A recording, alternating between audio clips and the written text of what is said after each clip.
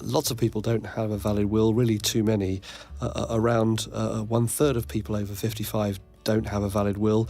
In fact, more than 3/4 of people under 55 don't have one, and that's a potentially serious problem.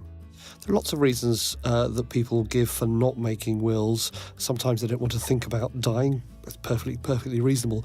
But that's really about what happens to your loved ones after you've gone and what happens to your estate, because you want to avoid there being difficulties and arguments and so on. Well, there are lots of things you risk if you don't have a will. Perhaps the biggest is that what will happen to your estate probably won't be what you'd want to happen.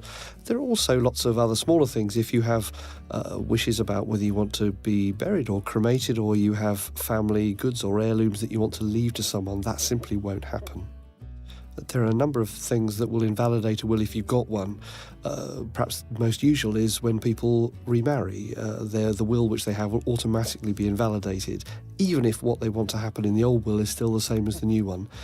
So they will need to remake the will in that circumstance. But also, if they have perhaps a homemade will, one they've bought on the internet or perhaps even from a stationer's, if it's not signed properly and witnessed properly, and there are very strict rules, then it may not be valid.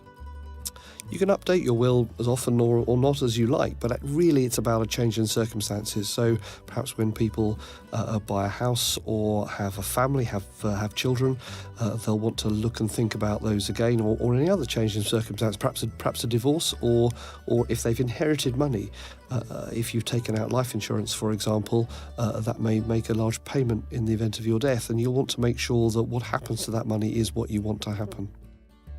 Go and see a solicitor who specialises in wills and inheritance work. The rules, as I say, are very complicated. You'll also want to talk to someone who's got experience of the various different scenarios. For example, if you die before your partner, if they die before you, if you die, depends how old your children are, and so on. So talk to someone who's expert in doing these things. The best website to look at is Find a Solicitor. You'll find a list of all the solicitors in England and Wales and their firms on that, and there's an accreditation scheme called the Wills and Inheritance Quality Scheme, or WICS for short, which you'll find that there are a number of firms subscribed to, and those people have demonstrable expertise in drawing up wills and inheritance work.